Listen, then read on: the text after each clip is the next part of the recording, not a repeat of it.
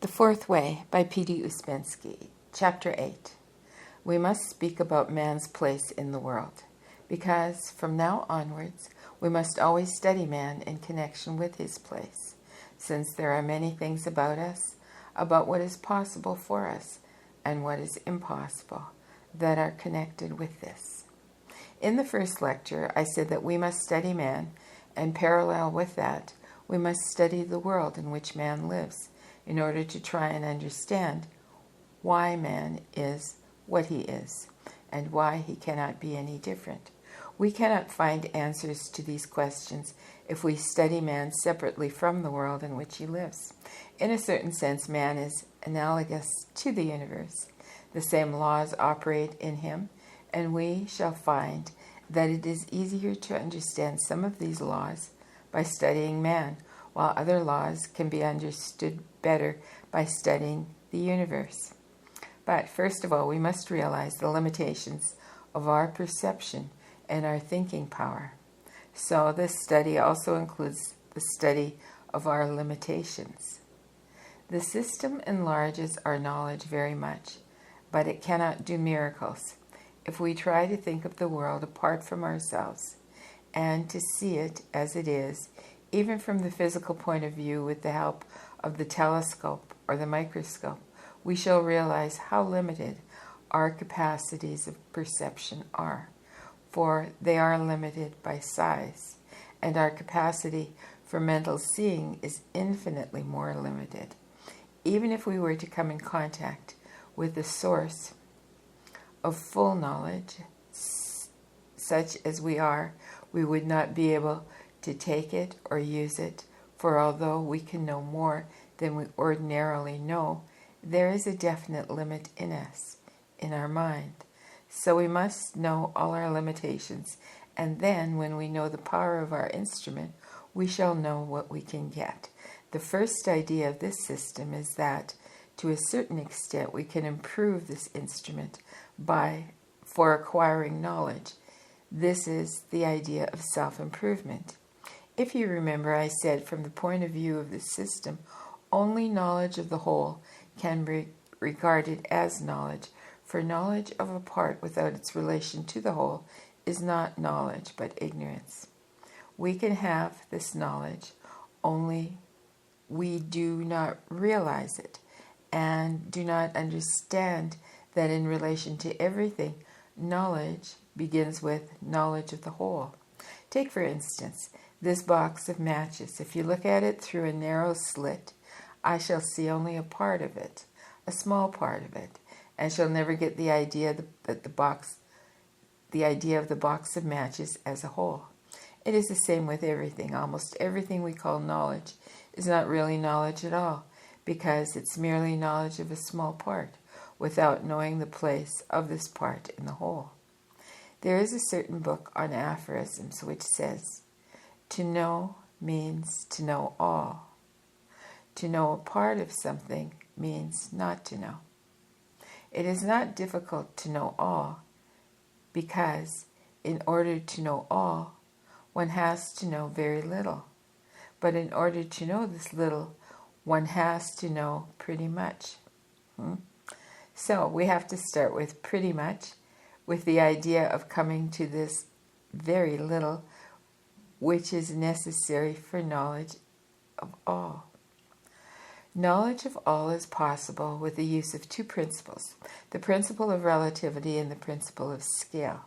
If we speak about the world, it is necessary to know all about the world, and we can know all we need to know about it if we take things on different scales.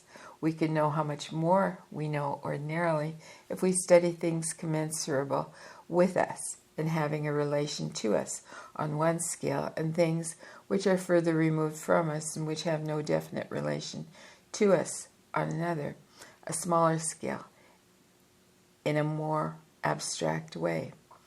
In this way, we can get all the necessary amount of knowledge without learning too much, and this knowledge will include very few useless things, because if we learn everything indiscriminately, we will not know the necessary things.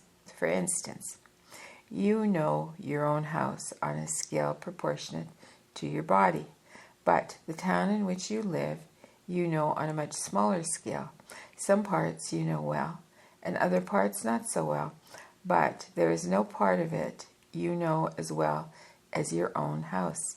And England, you know, on a still smaller scale. Europe on a smaller scale still, and so on.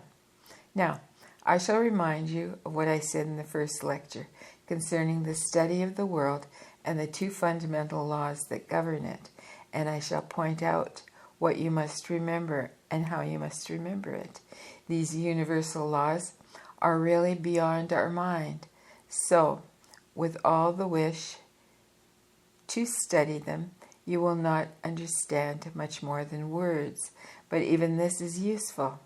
With the help of these words, you can reconstruct your views of the universe and put man in the right place in relation to different worlds.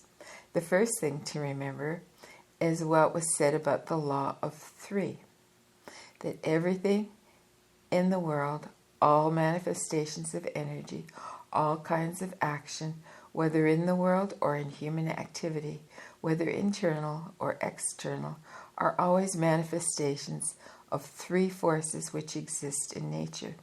These forces are called active, passive, and neutralizing, or first, second, and third. It must be understood that they do not differ from one another in activity or passivity. Let me read this sentence again. It must be understood that they do not differ from one another as activity and passivity differ in our ordinary understanding of these terms. Active and passive forces are both alive, for a force cannot be passive, but there is a certain difference in their activity, and this difference makes all the variety of phenomena that exist in the world. The three forces work together, but one of them predominates in each combination. At the same time, each force, which is now active, can become passive or neutralizing the next moment in another triad. When three forces meet together, things happen. If they do not come together, nothing happens. From this point of view, matter must also have certain definite denominations according to which force moves through it, whether it is organic or inorganic, a chemical element or a compound. When the active force passes through any kind of matter, it is called carbon, C-A-R-B-O-N. When passive forces pass through it, it is called oxygen. When neutralizing force works through it, it's called nitrogen. And when matter is taken without relation to the force that works through it, it's called hydrogen. At first, these names should be taken simply as labels. Thus, the law of three brings relativity into our definition of matter. For instead of one iron, we have 4 irons. Instead of 1 copper, we have 4 coppers, and so on. Further, father, mother, son, carbon, oxygen, nitrogen. The family is hydrogen. The beginning of a new family is the sun. In ordinary thinking, we realize the existence of two forces, action and resistance, positive and negative electricity, and so on. But in this state of consciousness, we do not see that three forces are always present in every event, in every phenomenon, and that only a conjunction of the three forces can produce an event. Two forces cannot produce anything. They will only turn round one another without any result. It takes a long time to begin to see three forces in things. For some reason, we are third force blind, although we can observe it in many chemical reactions and biological phenomena. Even when we fully understand that nothing can happen without the presence of all three elements in relation to ourselves, we are inclined to forget or disregard it. We do not fully observe even two forces and generally expect things to happen when only one force is present. Later you will see that if you want to produce a certain effect or a certain action and one force is missing, you can get no result. In some cases, it may be passive force, and then nothing happens. For if there is no passive force, there is no material. In another case, active or neutralizing force may be missing, and so again you can do nothing. If you try to find manifestations of the first and second forces, sometimes you can find manifestations of the third. It needs observation, and it cannot be proven except by yourselves. In psychology, many things can be explained by the necessity of the third force. This also explains why we cannot do DO. We cannot bring the third force. And without the third force, no action can happen, or it happens in a different way from the way that we meant it to happen. Sometimes we see the neutralizing force, only we are mistaken about its nature.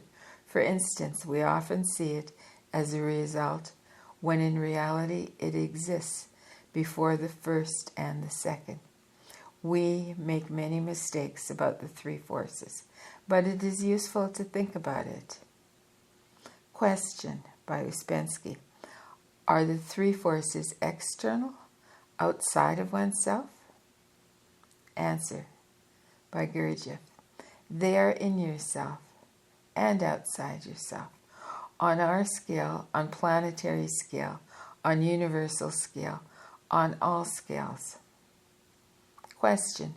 Could you give us an example of how they work? Answer. Suppose you want to study something. You have some material, new ideas, and so on, but at the same time you have some resistance to this study because some eyes want it and some eyes do not want it. They represent active and passive forces. Suppose that this study produces some kind of emotion in you. This emotion works as a neutralizing force, and then you can study. If emotion does not come, those eyes that want it and those eyes that do not want it will continue to argue, and nothing will happen. The law of three explains many things that cannot be explained in the ordinary way because we usually think about only one force. Very seldom do we take the second force, resistance, into consideration, and never the third force. Yet, at any calculation of action, it is necessary to take three forces into account.